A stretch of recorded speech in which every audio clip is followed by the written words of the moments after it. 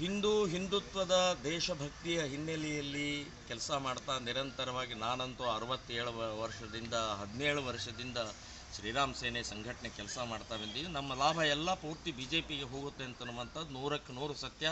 ಆದರೆ B J ಪಿಯವರು ಸ್ಪಂದಿಸ್ತಾ ಇಲ್ಲ. ಬಿ ಜೆ ಪಿಯವರು ನಮ್ಮ ಕಾರ್ಯಕ್ಕೆ ಅಡ್ಡಿ ಬರ್ತಾ ಇದ್ದಾರೆ ಅಂತ ಅನ್ನೋದಕ್ಕೆ ಕೋಲಾರ ಜಿಲ್ಲೆ ಬ್ಯಾನ್ ಮಾಡಿದರು, ಉಡುಪಿ ಜಿಲ್ಲೆಯನ್ನು ಬ್ಯಾನ್ ಮಾಡಿದರು, ಇನ್ನು ಕಲಬುರಗಿ ಜಿಲ್ಲೆಯಲ್ಲೂ ಕೂಡ ಬ್ಯಾನ್ ಮಾಡಿದರು. ಕಾಂಗ್ರೆಸ್ ಇದ್ದಾಗಲೂ ಬ್ಯಾನು ಕೇಸು, ಕಾಂಗ್ರೆಸ್ ಇದ್ದಾಗಲೂ ಜೈಲು, JDS ಇದ್ದಾಗಲೂ ಬ್ಯಾನು ಕೇಸು ಜೈಲು. ನೀವು ಬಿ ಜೆ ಪಿಯವರು ಇದ್ದಾಗಲೂ ನೀವು ಬ್ಯಾನ್ ಮಾಡೋದಾ, ನೀವು ಕೇಸ್ ಹಾಕೋದಾ, ಜೈಲಿಗೆ ಹಾಕೋದಾ? ಏನು ಮಾಡ್ತಾ ಇದ್ರಿ ನೀವು? ಯಾರನ್ನ ಬ್ಯಾನ್ ಮಾಡ್ತಾ ಇದ್ರಿ? ಬ್ಯಾನ್ ಮಾಡ್ತಾ ಇರೋದು ಪ್ರಮೋದ್ ಮುತಾಲಿಕನನ್ನ, ಹಿಂದುತ್ವವನ್ನು ಬ್ಯಾನ್ ಮಾಡ್ತಾ ಇದ್ರಿ, ಹಿಂದೂ ಸಂಘಟನೆಯ ವಿಚಾರಧಾರೆಯನ್ನು ಸಿದ್ಧಾಂತವನ್ನು ಬ್ಯಾನ್ ಮಾಡ್ತಾ ಇದ್ರಿ ನೀವು. ಸೊ ಈ ರೀತಿ ಇದೇ ಹಿಂದೂಗಳಿಂದನೇ ಗೆದ್ದು ಬಂದಂಥವ್ರು ನೀವು. ಹಿಂದೂಗಳೇ ನಿಮಗೆ, ಹಿಂದೂ ಸಂಘಟನೆಗಳೇ ಆಧಾರ, ಹಿಂದೂಗಳೇ ನಿಮಗೆ ಆಧಾರ. ಅದನ್ನೇ ನೀವು ತಡೀತಾ ಇದ್ದರೆ ಮುಂದಿನ ದಿನ ನಿಮಗೆ ಪಾಠ ಕಲಿಸುವಂಥ ದಿನ ಬರ್ತಾ ಇದೆ ಅಂತನ್ನುವಂಥದ್ದು ಎಚ್ಚರಿಕೆ ಕೊಡ್ತಾ ಇದ್ದೇನೆ.